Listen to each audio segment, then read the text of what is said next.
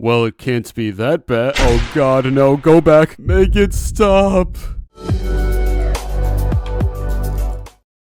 Back in 2012, there was an interview with miscellaneous creatives behind the legendary cartoon SpongeBob SquarePants. While the entire thing is worth a read, one piece of information stands out from the rest. This is something that went unnoticed for more than a decade, completely unknown by fans, and seemingly never being released. Here's what SpongeBob writer and storyboard director Kent Osborne had to say. At the end of the season, all the storyboard artists would do these hilarious, crude drawings of SpongeBob on post-it notes just to make everyone else laugh. And these drawings would go on the back of the door, because if the door was open, no one would see them. Sam Henderson took all of these post-its and made them into a book and gave a copy to everybody. The name of the book was Behind Closed Doors. He didn't want to put everyone's names in case it fell into the wrong hands, so he made anagrams of everyone's name and put them on the back of the book. Now, for a long time, this was the only mention of Behind Closed Doors. As the name implies, it was always meant to be kept behind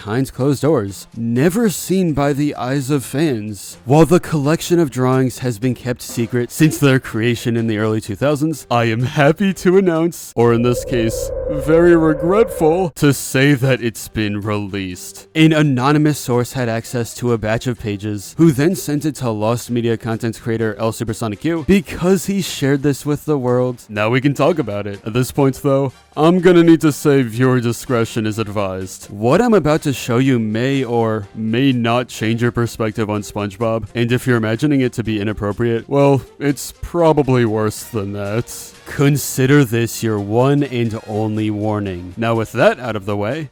Are you ready, kids? No. I'm not ready. So, here's the cover of Behind Closed Doors. It features SpongeBob and Patrick doing, you know, to Mr. Krabs. Along with that, we have the very fitting caption, horrible, filthy, vile, disgusting, inappropriate, off-model drawings by the crew of a popular cartoon show. One of the few publicly released images features the Got Milk ad from 2001. Hey, Patrick, how about a glass of delicious, creamy chocolate milk? Oh, yummy! I love chocolate milk! And it's good for you.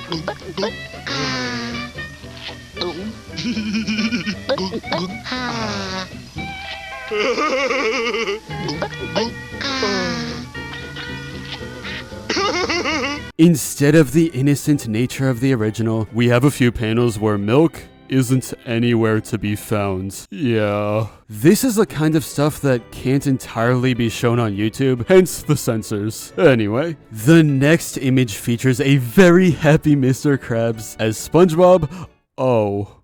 Then we have Squidward pointing at a cartoony version of SpongeBob's no-no spot. How do you make it sing like that? It only sings around you, Squidward. Bang! Here's a scene drawn on official storyboard paper that features a very determined SpongeBob getting ready to make a move on Squidward. It says he makes a pinching motion. I will never look at this scene the same way again. The madness continues with a hyper-detailed SpongeBob face with an even more detailed bottom section. Squidward's face is also censored, so, you can probably guess what that is. The last of these publicly released images is a SpongeBob storyboard from the episode Plankton's Army. It's a very violent depiction of poop flying from Mr. Krabs' butt. Oh, okay. If you think that's wild, here's what's even wilder. This sort of made it into the actual episode. The original scene does feature the Krabs line, "And now for the chaser!" But it cuts off before anything can happen.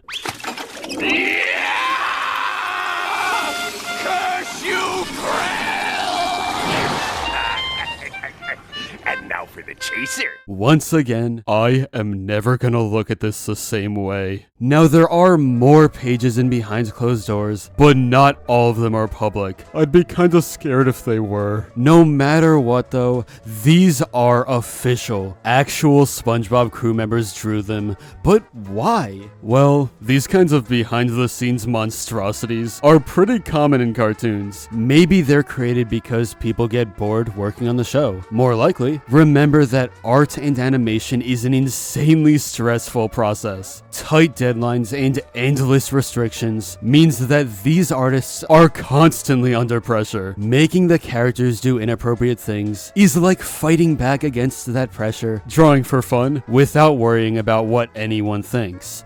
These were never meant to be seen by us, obviously, but they might have helped the crew get through challenging days, and they're still a piece of lost media history. Either way, I'm probably not getting good sleep tonight.